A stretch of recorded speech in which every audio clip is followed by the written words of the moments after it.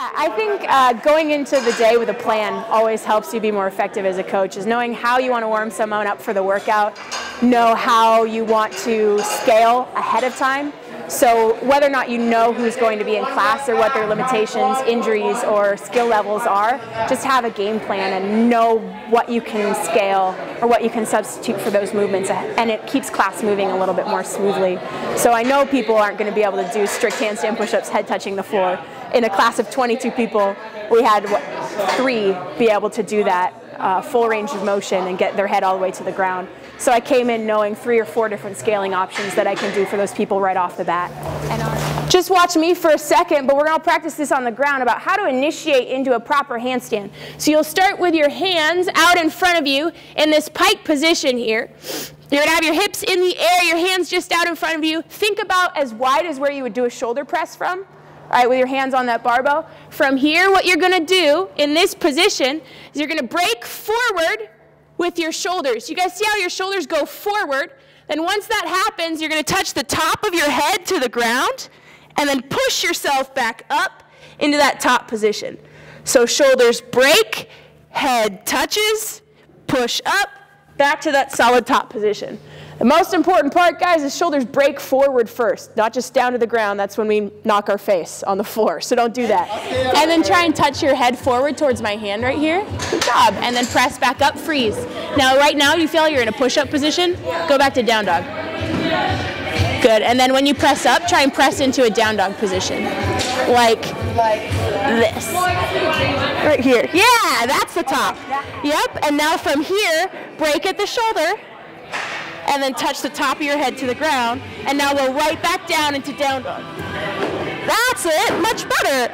And then up, one more time. And then press through here. Remember, that's the top. Now down, touch your head. Now as you press up, press towards the box. That's exactly it. And then come on up. Bring those knees towards your chest.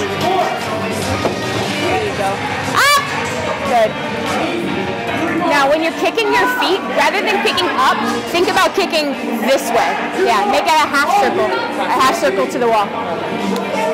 So James was working, he's been working for a while on his kipping handstand push-ups, and when he kips, when he was trying to kip, originally, he would just kick his feet straight up into the air, which was trying to, rather than turning his hip up and over, it was just pushing him farther into the ground. Byproduct of pushing his legs up, it was just turning his hip the wrong direction, so he's forcing himself down instead of up. So when I told him if the wall's here to kick up and away from the wall instead of just up into the air, it allows him to turn his hip up and over a little bit more efficiently, so he could actually get some assistance out of the bottom instead of making it harder. When you cued me to come down in a half squat and then come back around, they're exponentially easier.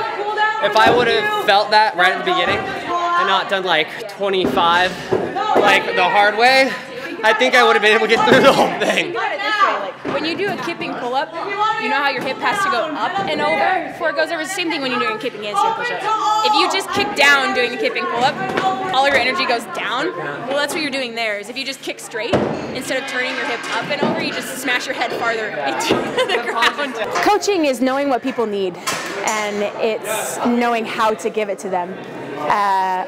Not just having the knowledge, but also being able to portray that knowledge to people and giving them what they need in the dose that they need it. So instead of just throwing all of the cues and skills that I have as a coach at them at one time, I know those things, I've done the studying ahead of time, I've done my game plan, and I've organized efficiently so that when it comes into this arena, you get a chance to give people exactly what they're looking for. Instead of, hey, knees out, find your heels, chest up, lower, I can say, hey, push your knees out, wait a couple of reps, and then say, hey, good job pushing your knees out, now find your heels for me. And I can layer those things on, and I think that's effective coaching. And it's also having a knowledge of your presence and attitude when you're running a class, that if you can high five, chest bump, and smile, and keep people's attitude positive, then you're going to have a much better coaching environment. People are going to be more receptive to what you have to say.